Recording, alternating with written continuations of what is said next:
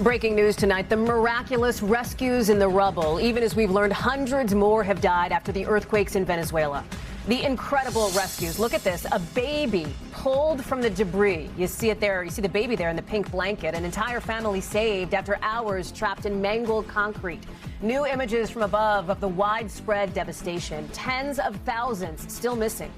Also breaking late tonight, the U.S. striking sites in Iran, the first attacks since that agreement was reached. Why the U.S. says it's retaliation. Wildfire emergency, the worst wildfire ever in Utah, burning out of control. And Bill Cairns has more on the major heat wave on the way. Dramatic house explosions, a doorbell cam capturing the moment when 700 pounds of fireworks inside a house get set off. And this neighborhood there leveled in Ohio. Terrifying bear standoff, a woman and her dog coming face to face with a grizzly, how they managed to get away. And the unexpected World Cup reunion. The games bringing together a man with the Peace Corps volunteer who taught him English 30 years ago. Plus, an updated rendering of the America 250 passport just shared by the White House. We'll show you the new portrait of President Trump inside of it. Top Story starts right now.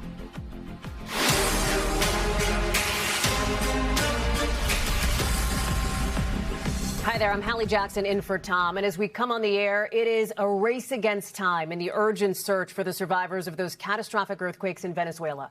The government says nearly 1,000 people have been killed. It is a staggering number, with their loved ones desperately looking for tens of thousands of others reported missing. Miraculously, incredibly, days later, rescuers are still finding more people alive.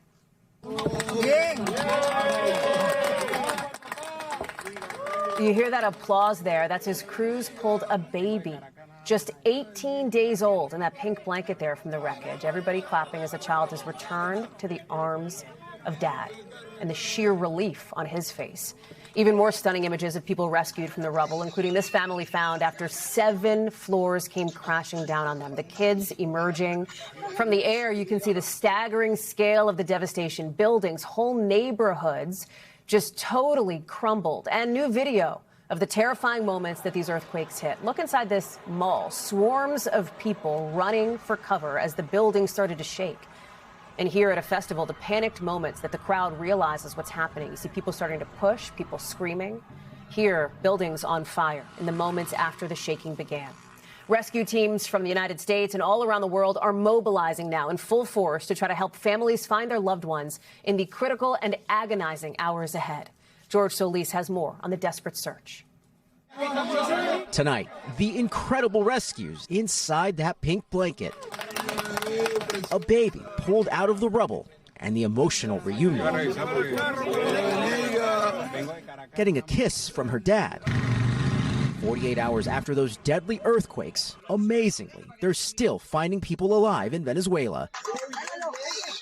Watch as this boy is rescued from a collapsed building, and then what appears to be his parents. First his mom, and then his dad.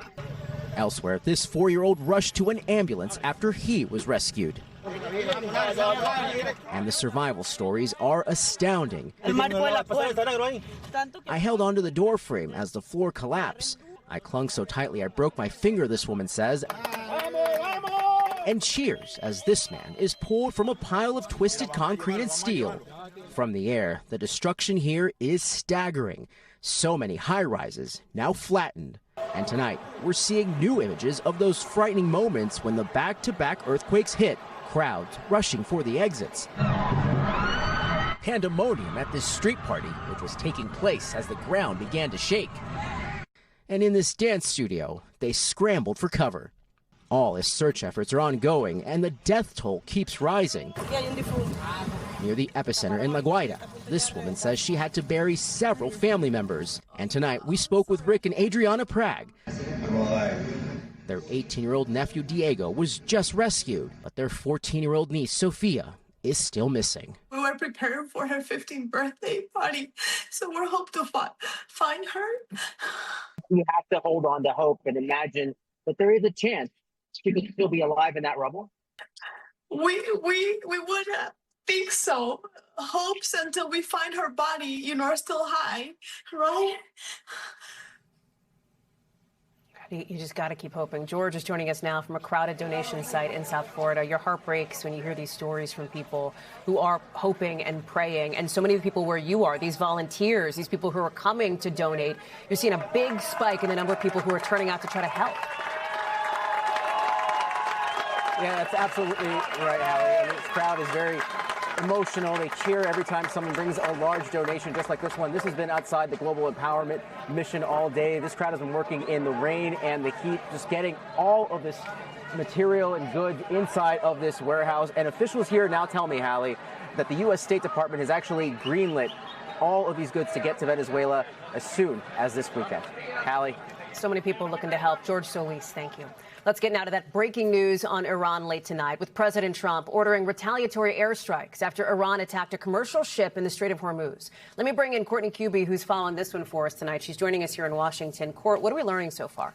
So we know that this was, as you said, in response to this Iranian drone strike against a commercial ship. So the military has been, when they've had these sorts of retaliatory strikes, so they call them self-defense, though, they tend to make them somewhat limited and proportional. So what we saw here was, because it was a drone attack on the commercial ship, the military went after some drone stockpiles, also some missile stockpiles, and then coastal radar sites. And why that's important is those are the radars that are able to direct the drones and potentially direct the missiles. So that's why the military considers it proportional and self-defense, because then they are potentially stopping another future attack. I think the real big question right now is, where does this go from here? Yeah, that's right. We watched these escalate over weeks and weeks during the war, and even before the Memorandum of Understanding was signed last week, where Iran would launch off some drones, the U.S. would shoot them down, and it would keep going until the U.S. would take strikes inside Iran.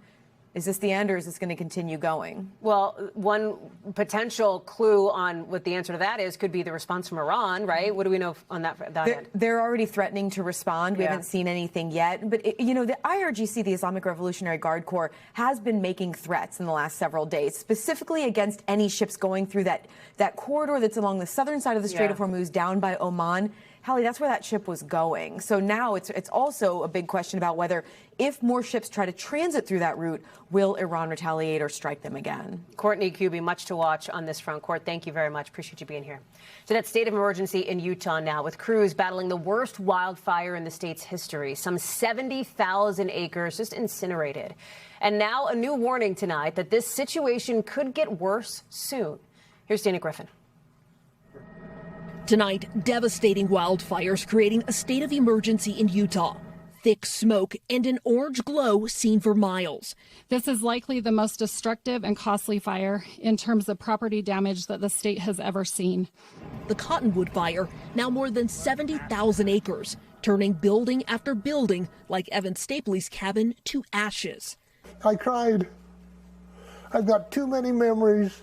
The National Weather Service issuing Salt Lake City's first particularly dangerous situation, a red flag warning similar to the one given before last year's deadly LA wildfires. Utah's governor now banning most fireworks ahead of July 4th. He says the current drought, combined with a forecast for high winds, make conditions ripe for disaster. Those trees there, they look the same as they've looked every other year, but they're not. They're dying inside. They're Roman candles just waiting to be lit. In Arizona this week, a vehicle fire turning explosive, forcing officials to shut down the highway in both directions as flames ravaged 30 acres nearby. Extreme heat is also on the radar heading into next week, where some cities across the upper Midwest and Great Lakes are expected to hit the upper 90s. While back in Utah, dismayed residents are reckoning with the destruction, with new fires now growing around the state.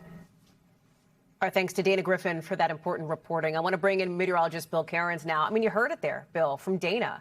It is very serious. It is likely going to get a lot worse. Crews are dealing with just very difficult conditions. Can they be hopeful for any kind of relief? Not a lot, especially not tomorrow. I mean, on the ground, they're just getting the firefighters out of the way. The airdrops aren't even effective because of the high winds. So we got red flag warnings that are up. The humidity is like as low as the driest desert out there that you can imagine. And the winds have been gusting all day in the cities in the 20s, but the higher elevations, we've seen 40 to 50 mile per hour gusts. You imagine a water drop from an aircraft and the big 40 mile per hour gust comes, they can't even hit the target that they're aiming for, the flames on the ground. And an example of that, here's the Cottonwood fire. This is the huge fire. This is pictures from outer space showing the visible satellite imagery. This is the smoke plume. Watch this morning. Not that big. Then this afternoon, it explodes. That cottonwood fire, when we get the new update for acreage, it is running through the mountainside right now. So it's a very scary situation, and we have numerous new fire starts, too. Now, tomorrow's map. This is ugly from Grand Junction right along the Colorado-Utah border all the way down through the border of New Mexico and Arizona.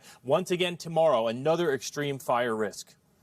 Okay, that's what's happening for folks in the Utah area and in the West. But there's also, as we look ahead to the next few days, next week, this massive heat wave, just brutal and intense. Listen, we always say, Bill, it's summer, it's going to be hot, but not like this. Yeah, this is a long-duration event. Once again, it's going to last right through the 4th of July. So the hundreds start to show up in Texas as we go through Saturday. By the time we get to Sunday, they spread up through Oklahoma and into Kansas. And then along with it, it's going to come some pretty high humidity. So this is the forecast leading up to the 4th of July. Eastern two-thirds of the country, a high probability, much warmer than it should be. And here's an example. Just if you're planning ahead from a week from right now, from Friday into Saturday for the 4th of July, look at Raleigh, 103 on Friday, Saturday 99. There's a big birthday party going on in Washington, D.C., 98 degrees. That heat index will likely be up to 105 to 110. And there's a good chance that Raleigh on Thursday could be about 106 degrees. Why is that important, Hallie?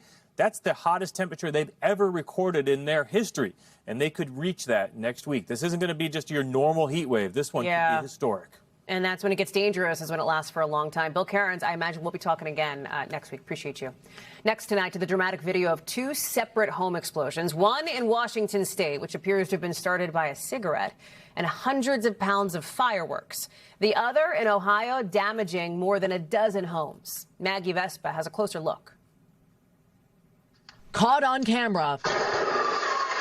A stunning home explosion in Washington state. You see debris and smoke filling the air. Watch again that Ring camera video capturing the critical moment Wednesday when authorities believe a lit cigarette ignited some 700 pounds of fireworks stored in the home.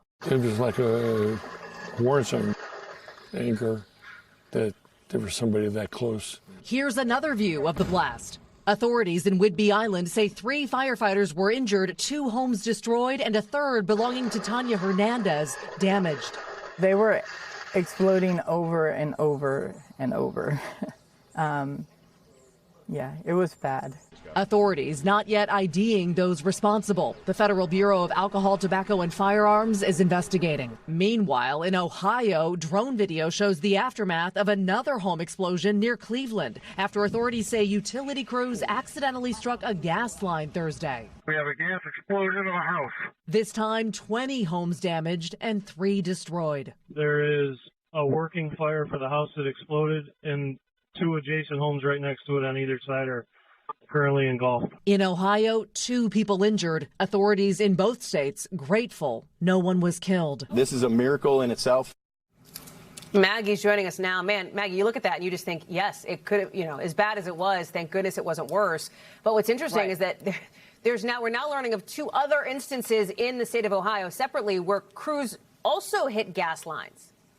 Right, Hallie, 3 in the last 24 hours. This is just into our newsroom. We're bringing it here on Top Story first. So the first gas line hit was the one in our piece, the explosion that you saw. The second gas line was this morning in a town called New Franklin. No damage there. We have video, though, of damage from number 3. This one happened this afternoon. Look at that charred truck. Firefighters spraying it down.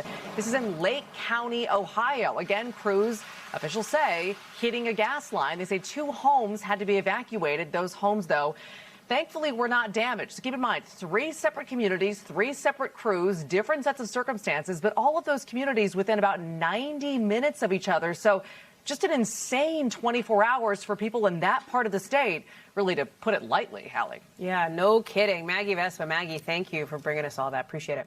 State of California now, where there was a big defeat for federal prosecutors, a mistrial in the case against the man accused of starting the devastating and deadly Palisades fire.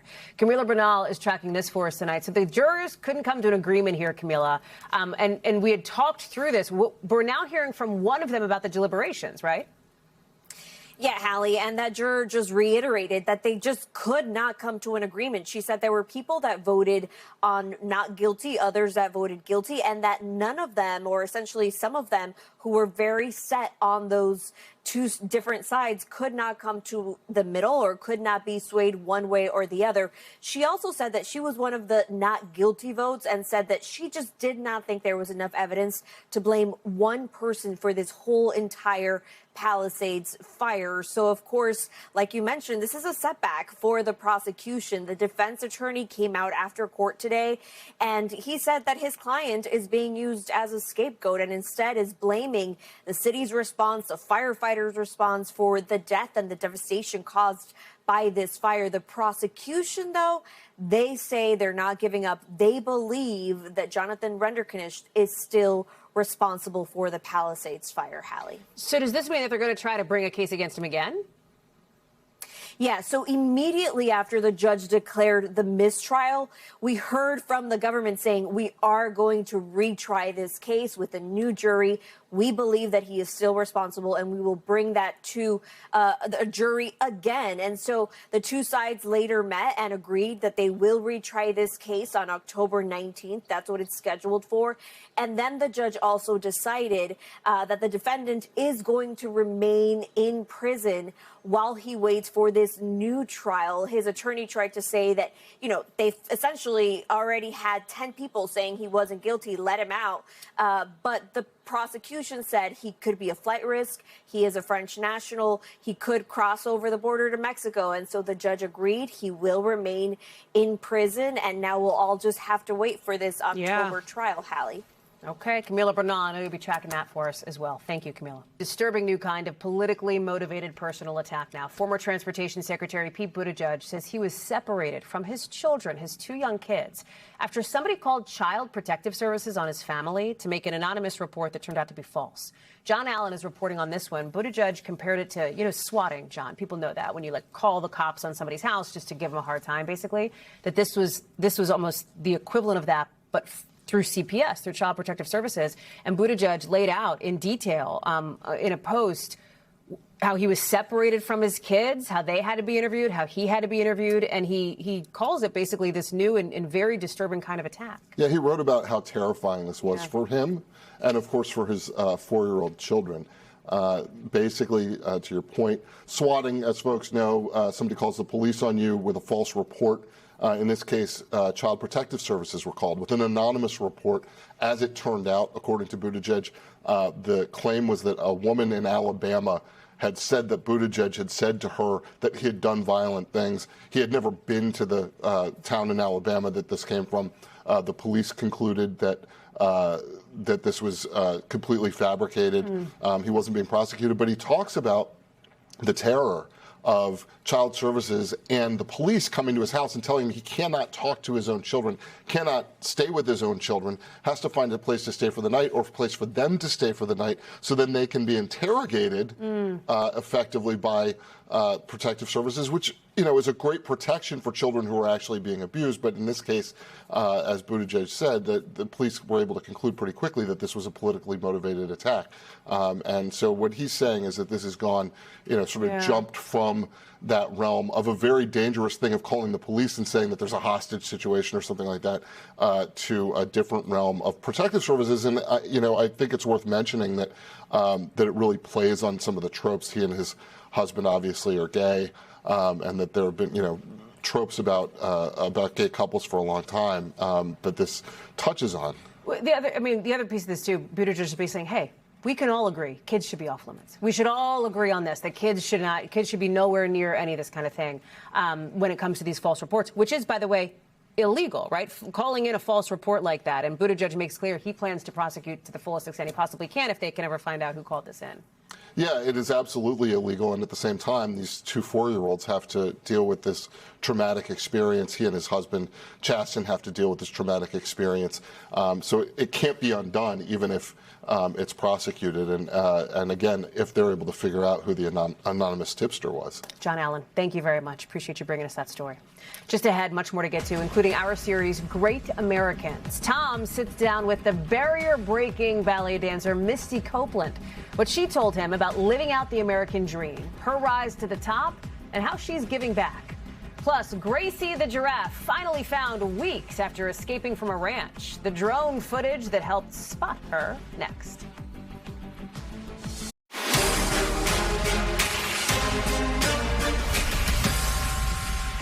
Back now with top stories news feed, starting with a new rendering of a special edition passport featuring President Trump. You can see it here. President posted this picture. This is what it looks like. He's got this, like, he's putting his fists on the desk, writing on social media, "Welcome, but be good." To be clear, the State Department has not confirmed that this is the final version. It's different from the original one right here that the agency released back in April, all part of the country's 250th anniversary celebrations. In Texas, more than 5 million public school students are now going to be required to read Bible passages in class.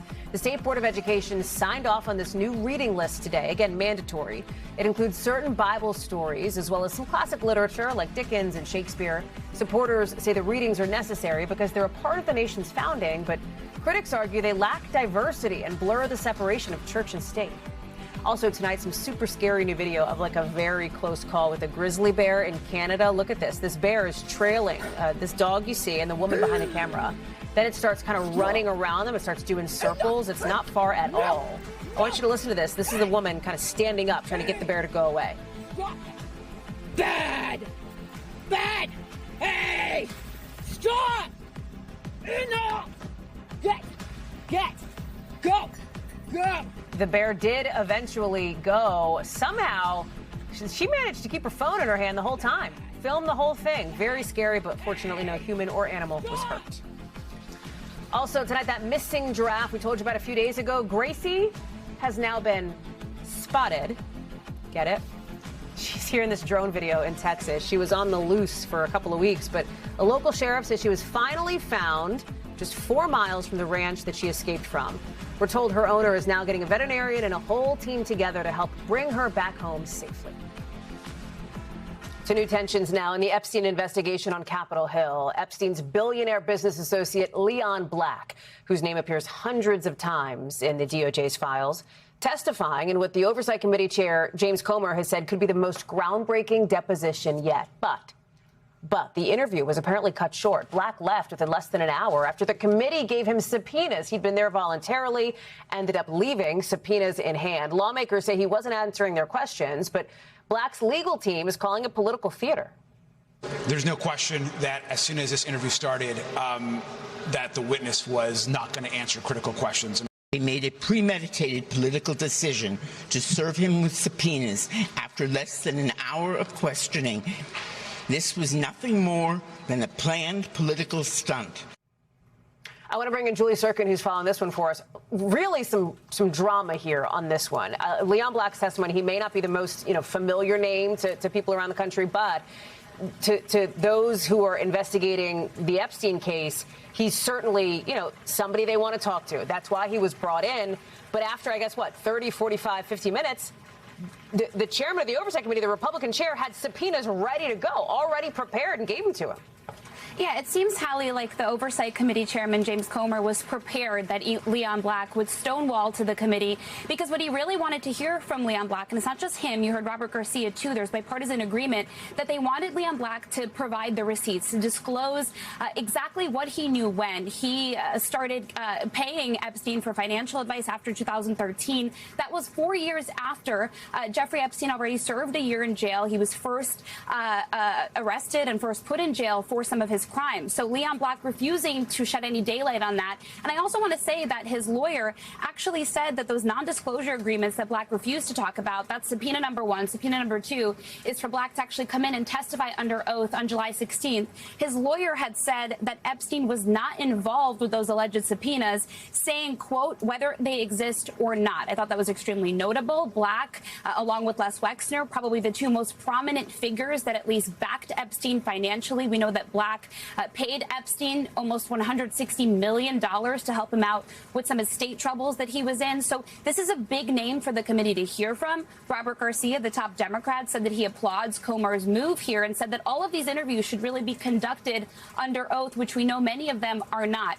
The committee has shown, Hallie, they are very serious when it comes to these subpoenas. We saw this with the Clintons earlier this year. We saw this to some extent with Pam Bondi and even Ghislaine Maxwell. And so if Black decides not to show for his subpoena on July 16th and decides not to reveal those NDAs, reveal some of this information that they want to see, potentially he could be held in criminal contempt by Congress, and this matter could escalate all the way to the Department of Justice. So the committee had shown Hallie for months, if not more than that, that they are very serious to running to the bottom of this, particularly when it comes to hearing from these key men, these key figures, not all of them, of course, some women as well, that were extremely powerful, that were involved with Epstein, that were very close to him, and they want to know what they knew when, and they will not stop until they get that information. Hallie? Julie Sirkin, thank you.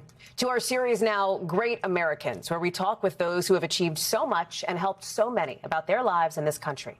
Tonight, Tom sits down with a legend of American dance, the first and only black principal dancer in the history of the American Ballet Theater. Our Great American this week, Misty Copeland. What do you love about America? The ability to be whoever you want to be, to become more than your circumstances, to have dreams that can truly be fulfilled. She's a once-in-a-lifetime ballerina, a trailblazer, and a role model. It's something Misty Copeland never dreamed of growing up in poverty. It was at 13 years old at the Boys and Girls Club that I was introduced through this free ballet program to the local ballet teacher. And in that first class, she said to me, "I think you're a prodigy." Dancing on point or on your toes normally takes years to master. Copeland was doing it within months. Did you realize at that point, I have a gift? I was being told, but it was not something that I was really paying attention to. I grew up in a household where, there was a single parent. We were houseless for most of my upbringing. At the time that I started ballet, me and my 5 siblings were living in a 1-bedroom motel. Do you think there was a part of you that thought maybe these ballet shoes are my ticket out of this life? Eventually, yes. That definitely became something that pushed me. This feeling that I could be part of something that's bigger than myself. I could leave the circumstances that I'm in. Copeland's rapid rise at the world-renowned American Ballet Theater wasn't easy. Partly because there was nobody who looked like her. I'm in a company of over 90 dancers, and I'm the only black woman. She says she was told she didn't have the typical ballerina body. When I became a professional, there was a shift in the conversation. And I'm like, how did I go from being a prodigy to no longer having the ideal body? What I've kind of deciphered in the language is like, this is an acceptable way of saying you don't belong in this art form. You don't have the right skin color. But her performances quickly redefined who ballet was for in America. What was like the first big accomplishment that you're like, oh wow, I'm on my way? Being cast as the Firebird, to see the turnout on that first night in New York City. The House of Metropolitan Opera was sold out, and it was full of black and brown people and a lot of young people. It was the first time we saw something like that. It was a cultural shift in the way that I think people looked at what ballet means to America, and that it can be inclusive when people see themselves reflected. Misty, take a bow. She became the first and is still the only African-American female principal dancer in American Ballet Theater's 85-year history, inspiring leagues of young ballerinas. She took her final bow last year and is now giving back to the community that gave so much to her. 1, 2, up, 3, 4. The Misty Copeland Foundation offers free dance classes to kids in underserved communities and includes a pathway to formal training at prestigious dance schools. We have free ballet programs in the Bronx and in Harlem. That's how I was given an opportunity, and we're going into community centers and spaces where people never would have imagined they could take a ballet class. What would you say to a little girl who's out there who is maybe going through something very tough and she wants to do something that is very hard to do, like become a ballerina? What would you say? It's so important to trust your instincts and to know that this is truly something you want to do. It's so important to have a support system and build that and have people to turn to, especially on those days when it's tough and maybe you feel like you can't do it. That truly has been the power behind me and my success.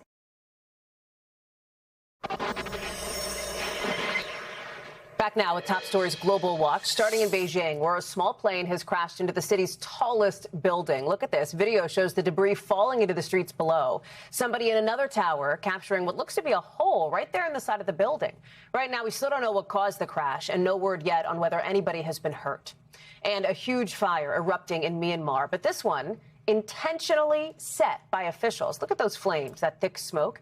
It's a 50-ton pile of drugs up in flames. Apparently about $600 million worth of heroin and opium and meth and some other stuff. It's part of a broader push by officials in Myanmar to crack down on the drug trade there. It sends shipments all across South and Southeast Asia. Some new video out of the UK shows an officer getting a big lift from a stranger while trying to chase down somebody on foot, a suspect. Look at this, armed police running down the street. Then a van driver pulls up and offers to help. Get back, get back. Go, go, go, go. Go, go, go. Jeez, buddy, follow that police officer. Stop there. So they drive up the road for a while. Put your hands on your head. Look at that. Then the officer jumps out, arrests the suspect. Police say they were wanted for reported assault. The whole thing with the van driver coming to an end with a friendly handshake between the officer and the man behind the wheel. Now to one of the best stories to come out of this year's World Cup so far. And a reminder, it really is a small world after all. So listen to this. When former Peace Corps volunteer Jill Tucker went to go cheer on Cape Verde, where she lived and taught decades ago, she introduced herself to the man who had organized this event, a man named Ivan Silva.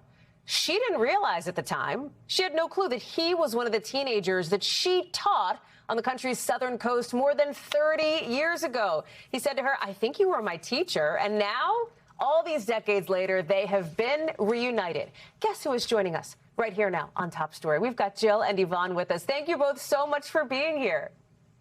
Thank you for having us. So, Jill, to be clear, when you walked into this event, you were just going to cheer on Cape Verde. You didn't have any idea who the organizer was, right? Oh, gosh, no.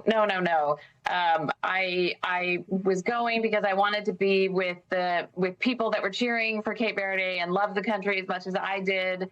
And there would have been no thought that I would have known anybody there. Cape Verde is so small, and there aren't very many Cape Verdeans in California in the Bay Area. So for me, it was, I had a new Cape Verde shirt and I wanted to go and cheer with other people. So yeah, no clue. So Yvonne, you see Jill walk in. Did it click right away, or did it take you a second to kind of realize, like, wait a second, she looks kind of familiar? Walk us through that. Yeah, it didn't click right away. Just a few questions. Where do you work? What's your connection to Cape Verde? But also I had been looking for her for a long time, so my mind was primed to find her. Tell me why. Why'd you been looking for her? Because she was our English teacher. She had taught us so much. We are so grateful for her service in the islands, and we wanted to connect because I know she was in the Bay Area, and like Jill said, there's not a lot of people in the Bay Area with Cape Verdean connection, so it would have been really special to connect with her. And then it happened like this. Jill, it has really gone viral. Did you expect it? When you shared the story, did you expect it to take, like, everybody around the world knows about you two now? No, not at all. The World Cup has been so special, and you're hearing stories everywhere about people connecting and people from different countries dancing and laughing and getting to know each other. And our story was just part of that. And when I posted it, I thought, oh, it's, another World Cup story, but it's gone crazy. And, for Yvonne and I, it's so special. It's surreal. I think when he said, "I'm your student," I think I blacked out for a moment because it just didn't seem possible. But I think people are really wanting these stories right now. They want to feel like the world is a beautiful, lovely, magical place where two people, after 35 years and 6,000 miles can bump into each other. And even though my face has 35 extra years on it, we can still hug and feel like, we've known each other all our lives. Yvonne, why do you think it's touched so many people? I think it's the spirit of the World Cup, maybe. Yeah, Well, it's reaching out. It's the whole point of the whole tournament, bringing people together. We got to talk about the soccer then, the World Cup, because Cape Verde, kind of the underdogs. Yvonne, what do you think? Do they win tonight? Well, give me your prediction, Yvonne. What do you think? How are they going to do? 2-1 win today. A humble prediction. That'd be amazing. You'd go insane. Everybody would go bananas. Yeah, exactly. Jill, you got money on Cape Verde? Well, journalists don't have a lot of money, so no money. But I will say they have to win because Yvonne and I have to watch all the rest of the games together once he gets back from Houston, right? So I love it. Yeah. So you do too. You do have plans to hang out again then, right? Oh, absolutely. He's not getting away from me now. Yeah, no. Oh, I love it so much. Together. Yeah, perfect. yeah, we're gonna have cachupa, which is the traditional stew from Cape Verde, which I haven't had in 35 years, so I'm very excited. Yvonne and Jill, your story has really, I think, underlined what the World Cup is about for so many people. Jill and Yvonne, as you say, sort of the magical moment, people coming together even after so many years, so many miles, and so many decades apart. Thank you so much to the both of you. I'm rooting on Cape Verde tonight. How can you not? Thank you very much for being with us. Appreciate it. Thanks so much for watching Top Story. I'm Hallie Jackson in Washington. Stay right there. We've got more news on the way. We thank you for watching, and remember, stay updated on breaking news and top stories on the NBC News app or watch live on our YouTube channel.